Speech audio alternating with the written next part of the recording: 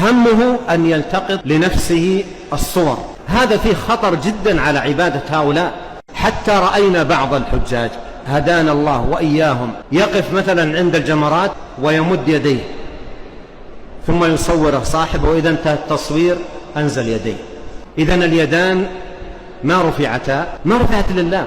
ثم يرسل الصورة، وربما يحدث أصحابه يقول هذه صورتي وأنا أدعو عند الجمرات أو أدعو في عرفات. هو ما دعا. نبينا عليه الصلاة والسلام لما وصل إلى الميقات ولبى قارنا بالحج والعمرة قال اللهم اجعله حجا لا رياء فيه ولا سمعة. الآن ترون عدد من الحجاج ليس بالقليل، من أكبر همه في المشاعر في عرفات وفي مزدلفة وعند البيت الحرام وفي المسعى وعند الجمرات، همه أن يلتقط لنفسه الصور.